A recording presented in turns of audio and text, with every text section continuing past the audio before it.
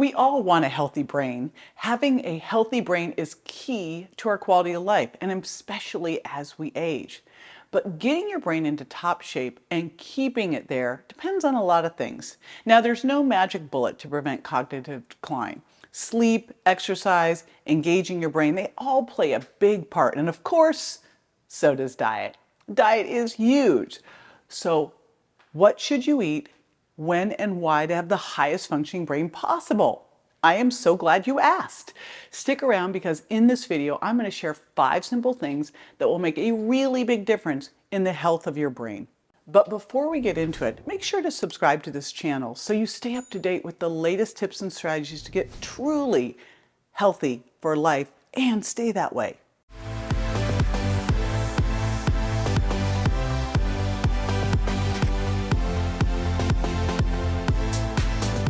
Hey, it's JJ. A recent survey of more than 1,000 US adults found that right behind cancer, Alzheimer's was the diagnosis people feared the most, even though it's not the #1 cause of death in America. But the CDC data separates Alzheimer's from other dementias, and combined, those deaths, they're actually higher than from stroke. About 1 in 10 people age 65 and older in the US have dementia, and it's more common in women than men. And as the population ages, the number of people affected is projected to increase to 9.3 million by 2060. Now, I've worked with tens of thousands of people to improve their health, their weight, and their fitness. And through their stories and my own, I realize it's just as important to focus on brain health, brain fitness, as it is to focus on your body's health. The gut-brain connection is a real thing, and what we eat can influence our focus, our moods, and even our mental health. So choosing foods that are good for our gut and that feed our microbiome also means supporting a healthy brain. But eating for brain health isn't just about that or even about preventing dementia. Sometimes it's about nourishing a depressed brain or even rehabilitating a very injured brain.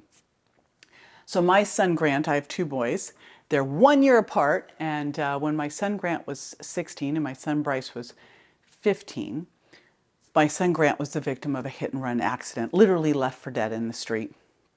And he had severe brain bleeds. It was called diffuse axonal injuries, and he was in a deep coma, the deepest coma that you could be in, and still have brain activity. He also had a torn aorta. The doctors literally told us to let him die, that he would be so brain damaged if he made it through that it wouldn't be worth it. Well, if you are a parent, you know that you just would never let go of your child unless you've exhausted everything. And so we decided to fight. And I told Grant, holding on to one finger while he was in a deep coma, that he was going to be 110%, and I was going to do whatever it took to get him there. He was in a coma for weeks. It took him months to actually even get to a point where he could talk or make any kind of eye contact. It took him a year to start to recognize normal things like who he was, where he was. And at 10 years, I can say that he is better than before the accident. And what we did to get him there was use the foundational stuff. The trauma center saved his life, but the things that we used, everything from big nutrition, big supplements, hyperbaric, different laser treatments, stem cells, lots of meditation and breath work, lots of exercise, lots of supplements, lots of fish oil is what brought him back. But one of the key cornerstones here was what he ate. And Grant got the very best foods for his brain, which helped his brain heal. Because there were things I knew to do, but I also will tell you, I brought in every expert I could, like brought them all in. So I learned even more about which foods are best for our brain health. And I'm going to share them with you now. And coincidentally, they're also the ones that protect your heart. So first one, eat fatty fish. Now, fish are loaded with 2 types of omega-3 fatty acids, EPA and DHA, and these have powerful anti-inflammatory properties and are critical for normal brain growth and function throughout your life. From when you're a little baby all the way up to, senior citizen. So these healthy fats support communication between brain cells. And in older adults, lower levels of DHA in the blood have been associated with a smaller brain size, which of course is a sign of accelerated brain aging. But on the other hand, another study found that postmenopausal women who had higher levels of EPA and DHA also had a larger total normal brain volume and hippocampal volume. And the hippocampus is the area of that brain associated with learning and memory. Now, I will tell you that I had Grant on 10 grams of fish oil prior to the accident, which is what I think protected his brain.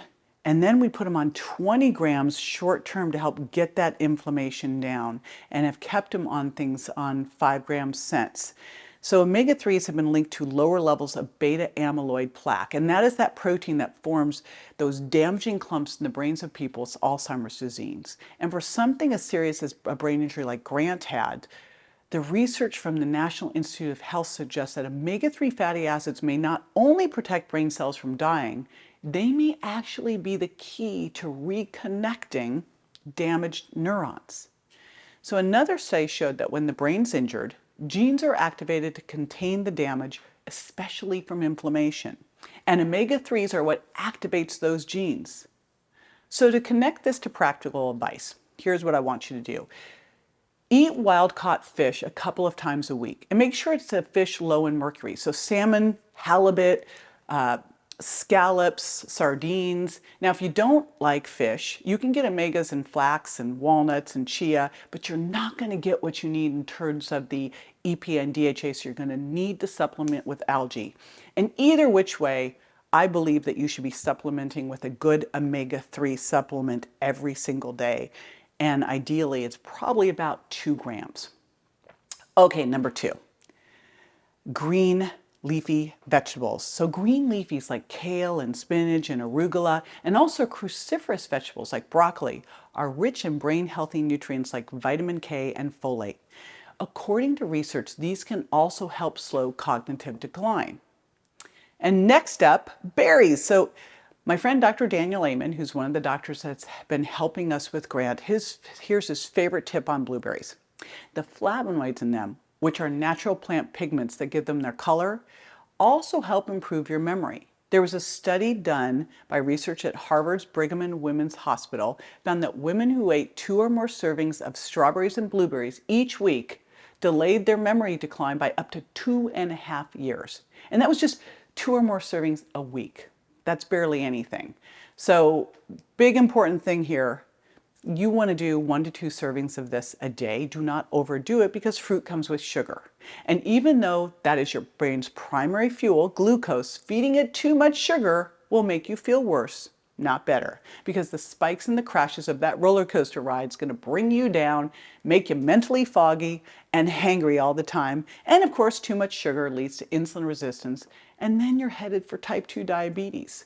One of the things I love to do is use a continuous glucose monitor just for like a month or 2, just to see how you're reacting to different things like fruit. But again, fruit is a great food. Berries are a great food here. We just want to make sure that we are doing the right amount. Okay, number 4, nuts. Nuts are great sources of protein and healthy fats, and walnuts specifically might also help improve your memory. There was a 2015 study done from my alma mater, UCLA, that connected the dots between eating more walnuts and better cognitive test scores. So put some walnuts and blueberries in your oatmeal. There you go. All right, number 5, my favorite, coffee and tea. Now, if you can handle caffeine, this is one more reason to love being a coffee or tea drinker. It's not just about the energy and focus you get from the caffeine. In a 2014 study published in the Journal of Nutrition, participants with higher caffeine consumption scored better on tests of mental function. And other research shows caffeine might help you lock in new memories when you make them. Okay, so now let's talk when. Now, if you're eating specifically for brain health, there are a couple of approaches on when it's best to eat. First of all, our brain is hungry, and it demands up to 20% of the total energy available from the food we eat. That's a lot. Now, when you don't give it enough fuel, your mental function is going to suffer. So one of the most common recommendations for timing is that you eat based on the circadian rhythm signals your brain sends out. What does that mean? Eat during the day, do not eat at night. Daylight and darkness actually impact how we metabolize food. So you have to eat breakfast because what you eat early in the day can have a huge impact on how you perform hours later. And you can't just eat anything for breakfast. You need plenty of protein and healthy fats. So starting with a nutrient-rich loaded smoothie is great for your blood sugar balance, and it's also going to give your brain the best start possible so it has the energy it needs to power you through the whole day. Now, if you're doing intermittent fasting, just push your breakfast a little bit and push your dinner down a little bit, but you're still getting more of your calories earlier in the day and eating that normal circadian rhythm. And make sure you have some slow, low carbs at dinner. According to my buddy, Dr. Alan Christensen, by dinner time, your insulin response is at its peak. If you don't have healthy carbohydrates, cortisol will raise your blood sugar, which will prevent you from getting a good night's sleep and also cause a blood sugar crash. And you know what that leads to? Sugar cravings. But again, do not eat dinner too late. If you eat a late night meal, it's going to confuse your whole body's circadian rhythm clock. When the sun goes down, your brain starts to release melatonin to get you ready for sleep. So eating late just strains your digestive system. But the caveat is, if you have low blood sugar and you're going to bed, you might have to have a little something, like a little low sugar protein snack. But for most of us, we're going to stop eating 3 to 4 hours before bed, and we're going to focus those calories during the day, during the normal circadian rhythm. All right, if you're wondering about the impact of intermittent fasting on brain health, the early animal studies show that it may have positive effects on brain-related diseases and developing neurological disorders. Now, according to Dr. Jason Fung, who is amazing, my favorite fasting expert, he says, aging rats started on intermittent fasting regimens markedly improved their motor coordination, cognition, learning, and memory. Interestingly, there was even increased brain connectivity and new neuron growth from stem cells. A protein called brain-derived neurotrophic factor, BDNF, which supports the growth of neurons and is important for long-term memory, is believed to be responsible for some of these benefits.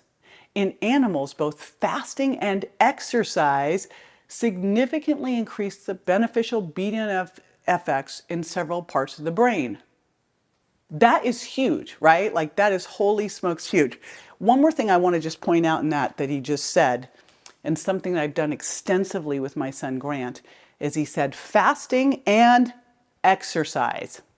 If exercise was a drug, it would be the biggest drug used for brain health, for neurodegeneration. It is huge for improving BDNF. So exercise has got to be included here.